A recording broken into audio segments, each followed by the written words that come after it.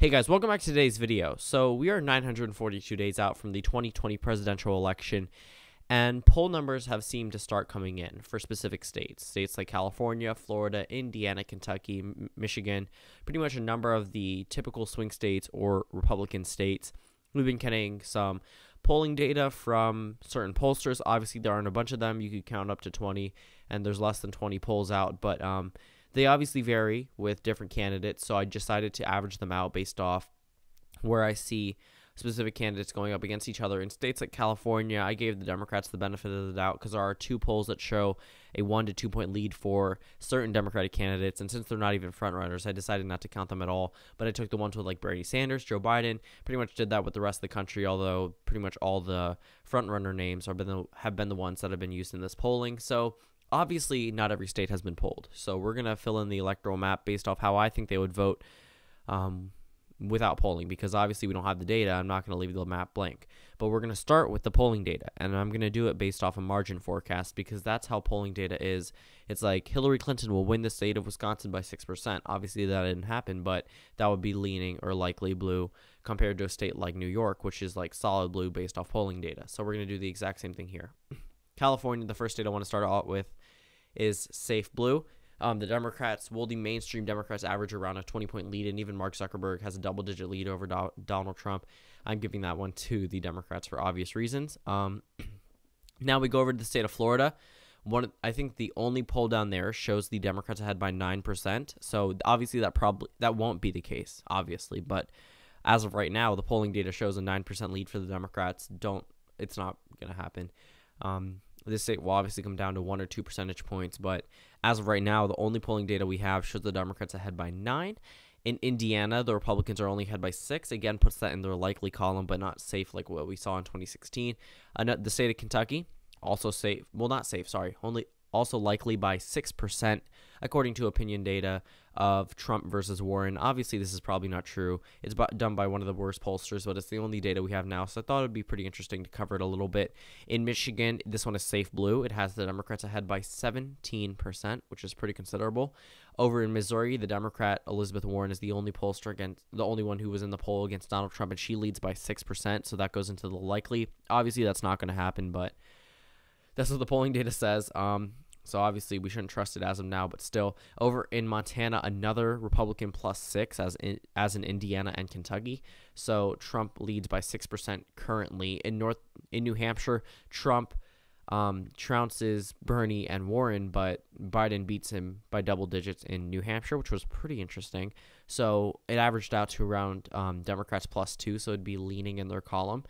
Down in North Carolina, the only Democrat who could beat Donald Trump, according to polls in North Carolina, is not even the incumbent Democratic governor, but it is Joe Biden. Every other Democrat that's been polled there is behind Donald Trump, so it's likely for his column with an average of R plus 7, or Republican ahead by 7. So let me get rid of that. So now we have North Dakota. This one is likely again because Republicans right now are only ahead by 9%. So obviously, this is not what it's going to come down to. It's going to be a double-digit lead for the Republicans come 2020, but as of right now, the Republicans lead by a mere 9%. Over in Ohio, this one's leading for the Democrats. The Democrats average a 4-point lead over President Trump in Ohio. In Pennsylvania, sorry, my bad. This is likely because the Democrats average, again, an 8-point lead. Now, this is pretty interesting. Down in the state of West Virginia, Donald Trump is only leading by 3%. That's obviously not what's going to happen. He's probably going to win by around 20 to 30%. But as of right now, he's only ahead by 3%, which is why I'm putting it in the lean red column. Obviously, this is not my prediction, not what I believe in. So don't comment something like I'm biased because I gave Trump narrowly in West Virginia. But anyway, so over in Wisconsin, that one is also safe. A double-digit lead for the Democrats on average here by 11% for the Democratic Party. So the final state that's been polled is the state of Texas. State of Texas actually has Mark Cuban, done by Public Policy Polling. So it wasn't done by any committee or done by any political party. So that one is actually probably one of the most accurate polls. Obviously, Donald Trump lost to Mark Cuban by 3% here, but obviously that's not what's going to happen. But I think that their method of polling is a lot better than doing online polls. Their method of calling people and getting the actual numbers rather than just putting it out on like an online poll and a website vote where people from specific states would vote. So I still think that Texas will stay red, but this is the most accurate poll that we have right now, and it shows the Democrats leading. And let me turn the volume off. But so it shows the Democrats leading by 3% in the state of Texas. Obviously not going to happen. But the electoral map puts the Democrats at 200 electoral votes and 45 for Donald Trump. So now we're going to fill in each state based off how I think they will vote in 2020. So last minute glimpse of the electoral map. And yeah, so let's go into every other state. So pretty much the West Coast, safe blue. Illinois, New York, pretty much the entire Northeast. And this puts the Democrats already at 327 electoral votes. Up in Maine, that one electoral vote goes to Donald Trump. 330 for the Democrats, 46 for Donald Trump. I think he'll pretty much win the rest of the United States. Well, not the rest of the United States, obviously not, but not Virginia. I think Virginia will go to the Democrats. I think Minnesota will also go, but Iowa goes red. Colorado, New Mexico, and Nevada go blue. So looking at the polling map, obviously, actually, you know what? Let's just go ahead and fill it in by margin. So I think Arizona will narrowly go red. Georgia, same thing, narrowly going red.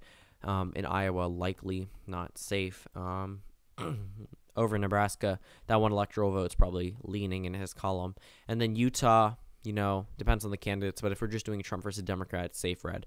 So looking at the map, 165 electoral votes for Donald Trump, 373 for the Democrats. Obviously, they only had 200 electoral votes based off polling data, and 165, well, actually, I think it was 45 or something around the 40s. I have really bad memory about that, but so pretty much all the states with shaded regions other than Arizona and Georgia and Nebraska second are all polled states. Colorado I actually think would be likely. New Mexico likely. Nevada narrowly for the Dems.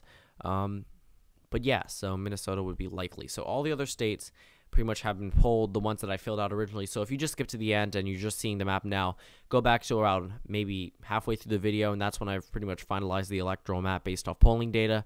So you can go see that there. But this is the final electoral map after I filled in every other state. So thank you guys for watching this video, and I'll see you all tomorrow.